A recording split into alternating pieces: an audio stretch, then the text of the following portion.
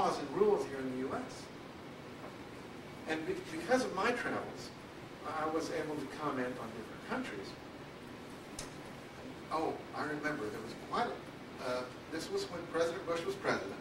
There was quite a lot of criticism, if you remember, when President Bush was president, as I think we're hearing nowadays as well.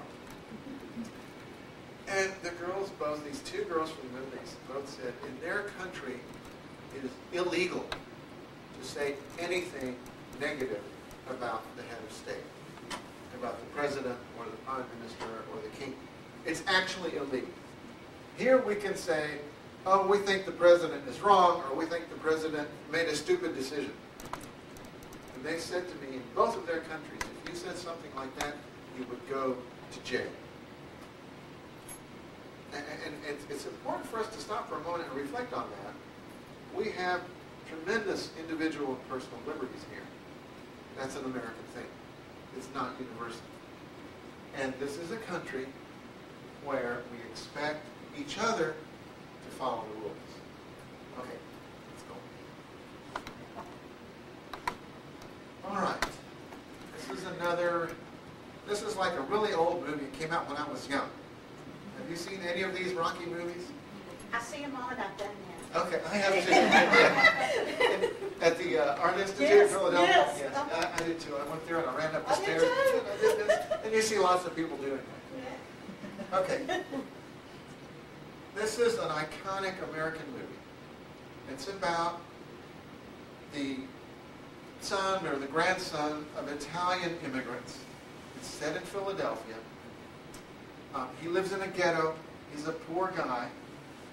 And basically he works hard and he has a lot of self-discipline and he makes it. He becomes rich and famous. Why is this character so popular in these movies? So how many did they make? At least 4 or 5 different, 6 Rocky movies. I remember when the first one came out, I went to see it, and it's so exciting. It makes you feel good. It makes you feel like running and jumping and boxing. It just makes you feel good. Why? Because he's the little man who makes it. He becomes rich and famous. And that's kind of an American dream. Go back just a moment. This was a little man.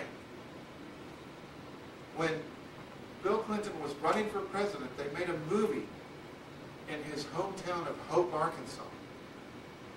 And it was about hope. President Clinton was born to a poor family in a poor state, in a small state, Arkansas. And he became rich and famous. Let's go back to Rocky was a little man who became rich and famous. This is one of the American dreams. But you know what? It's possible. In this country, it's possible. And in many places around the world, you can work hard and have self-discipline, and it's not as easy to do this. Okay. All right. There's one idea here, but there's 2 pictures. Does anyone not know what this is? Don't be shy. Everybody has seen these? Yeah? This is the famous covered wagon. It's a wagon, it's got a cover on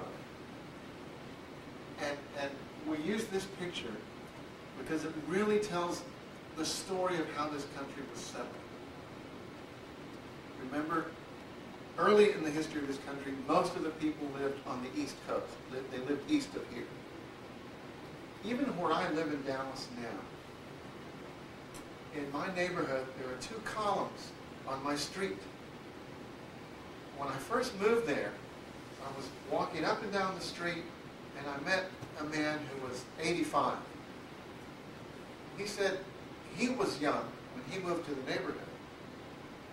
And at the time, there were older people on the street, and they told him that these 2 columns used to have a gate. And every night, they would close the gate to keep the Native Americans out. This is probably a little more than 100 years ago. I live on a street where there are 2 columns, and the gate is gone now, but they used to close the gate at night.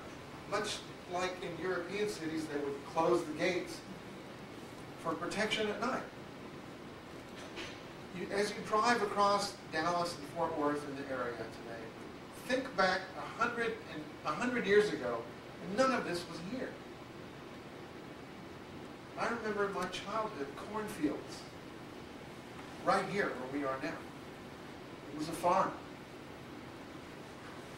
This is a huge country. If you've ever driven across it, it's very, very large. And yet people came and they settled and they went across. I see in this picture the same spirit, the same attitude of people getting into a boat and sailing across the ocean. In 1979, I had the opportunity to go live and work in Spain. I was young. I was 20-something. Doesn't matter. But I had never lived in Europe before. And I was put to work with a team of mostly Spanish people. And I'll never forget this one girl. She was from Barcelona, and that's a different culture. They're Catalan. That's a different subculture of Spain. And she said something really interesting to me. She said, "You know, I'm glad I got to meet you because you're American."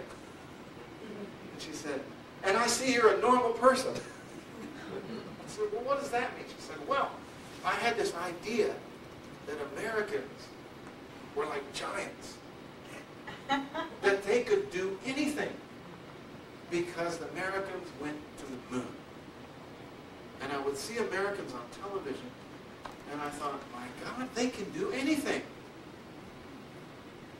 Okay, that was 25 years ago.